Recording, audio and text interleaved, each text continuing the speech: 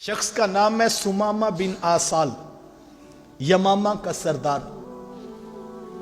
جب مسجد نبوی کے ستونوں کے ساتھ اس کو باندھ دیا گیا، آقا کریم علیہ السلام اس کے پاس آئے اور اپنے میٹھے پیار بھرے لہجے میں پوچھا کہ سناؤ سمامہ کیا حال ہے؟ اللہ اکبر، یار اس کا کیسا حال ہوگا جس سے حضور اس کا حال پوچھ لے۔ اللہ اکبر، کوئی پوچھ لے نا کہ جناب آپ کا، کوئی استاد پوچھ لے، کوئی شیخ پوچھ لے تو بندہ کہتا ہے جی بس آپ کا پوچھنا ہی کافی ہے۔ تو یہ تو بھی ایمان نہیں لائے تھے لیکن مقدر جاگ پڑے، بس حضور نے میٹھے لہجے میں پوچھا کہ سنا سمامہ کیا حال ہے؟ تو سمامہ نے 3 باتیں عرض کی۔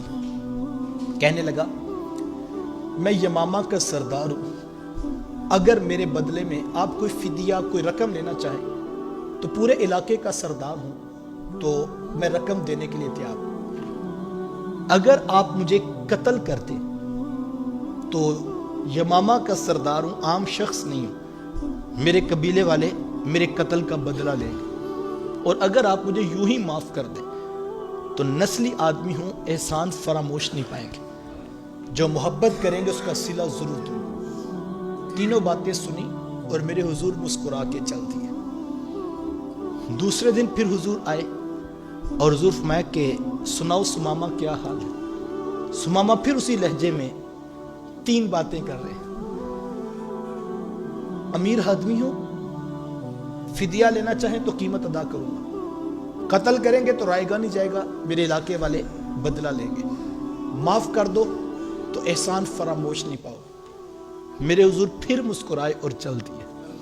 اللہ اکبر، کبھی تبلیغ ایسے بھی ہوتی ہے یار، اہم شخص ہے، پورے علاقے کا سردار ہے اور اب بندہ ہوا ہے، اب قید میں ہے، اس کو واضح نصیحت کی جائے، اس کو خطبہ دیا جائے، اس کو تبلیغ کی جائے۔ عکاظ کے میلے میں کھڑے ہو کے میرے تبلیغ کرنے والے رسول، ذوالمجار کی منڈی میں خطبہ دین دینے والے رسول، طائف کے بازاروں میں پتھر کھا کے رب کا پیغام سنانے والے رسول آج تبلیغ نہیں کر رہے۔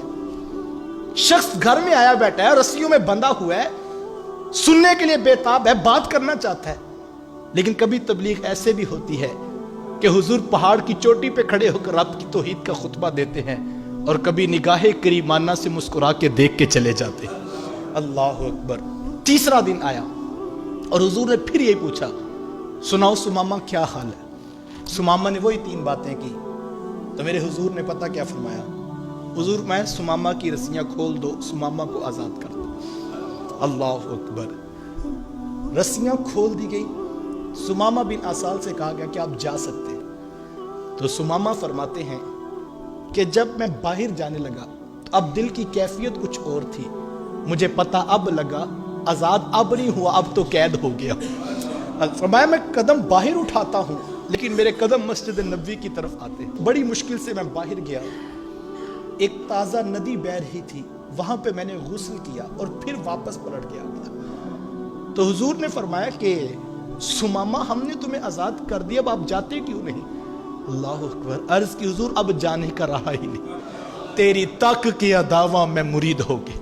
اللہ، مزہ تو اس بات کا نا، ہم تو 3 گھنٹے تقریر کریں تو لوگوں کے عقائد میں زبر اور زیر کا فرق نہ پڑے۔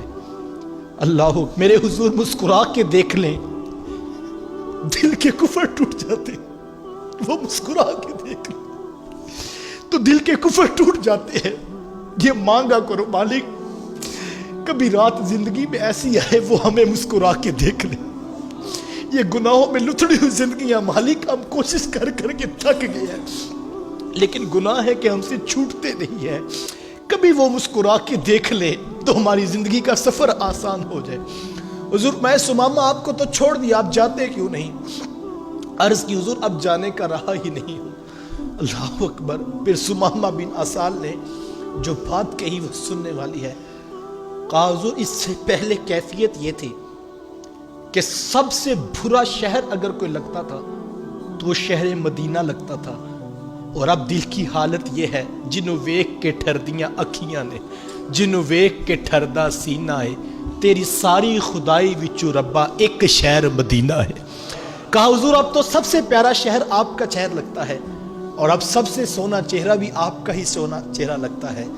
اور اب دین بھی آپ کا ہی پیارا لگتا ہے، حضور ہاتھ آگے بڑھائیے نا، سمامہ بن آسال کو بھی کلمہ محمدی پڑھا دیجیے۔ اللہ اکبر، جو ان کی نگاہ میں آ گیا وہ کامیاب ہے، اور جو ان کی اتباع میں آ گیا وہ کامیاب ہے۔ اللہ اکبر۔ تو میں بات کر رہا تھا کہ نگاہ رسول بھی دلوں کے زنگ توڑ دیتی ہے۔